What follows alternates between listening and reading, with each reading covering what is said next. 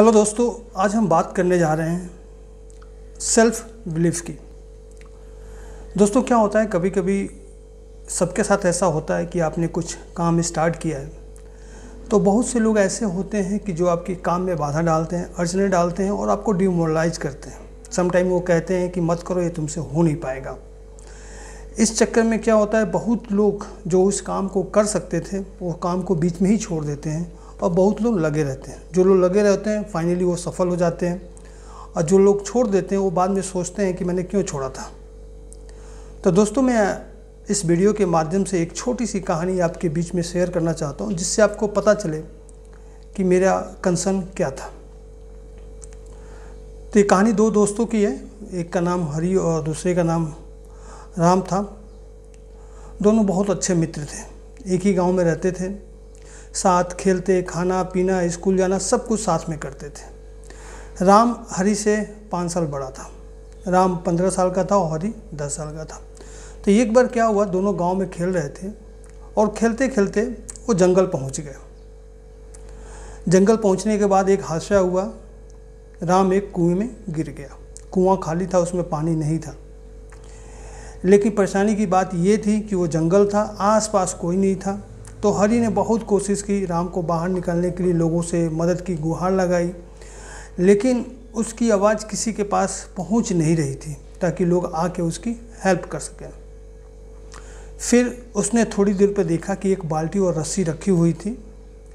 वो बाल्टी और रस्सी को लाया और बाल्टी को कुएं में डाल दिया। फिर उसने अपने दोस्त से कहा, राम से, कि तुम इसमें बैठ जाओ, मैं तुम्हें निकालने की कोशिश करूँगा। राम उसमें बैठ गया। राम का वजन हरी से बहुत ज़्यादा था। हरी कोशिश करता रहा, नहीं निकाल पाया, बहुत कोशिश करता रहा, नहीं निकाल पाया, लेकिन उसने हार नहीं मानी, वो कोशिश करता ही रहा। और फाइनली एक समय ऐसा आया कि उसने अपने दोस्त राम को कुएं से बाहर निकाल लिया। फिर दोनों अपने गांव पहुँचे।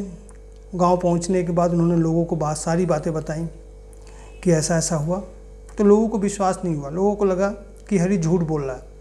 हरी अपने 5 साल से बड़े लड़के को कुएं से कैसे निकाल सकता है, उसका वजन भी ज़्यादा है। लोग ये इधर उधर की बातें कर रहे थे, किसी को विश्वास नहीं हो रहा था। तभी वहाँ पे एक बुजुर्ग आए। बुजुर्ग ने कहा, बच्चे सही तो कह रहे हैं, उसमें झूठ क्या बोल रहे हैं। फिर बुजुर्ग ने समझाया कि ज़रूरी नहीं है कि बच्चे सच बोल रहे हैं या झूठ बोल रहे हैं, ज़रूरी ये है कि हरी ने आखिर में ये काम कैसे किया, उसके पास इतनी ताकत कहाँ से आई, उसके पास इतना विश्वास कहाँ से आया। तो बुजुर्ग ने कहा कि पक्का वहाँ पे कोई नहीं था, क्योंकि कोई नहीं था जो हरी को डिस्टर्ब कर सके। इसलिए हरी अपने काम में लगा रहा, अपने विश्वास पर टिका रहा और फाइनली उसने निकाल लिया।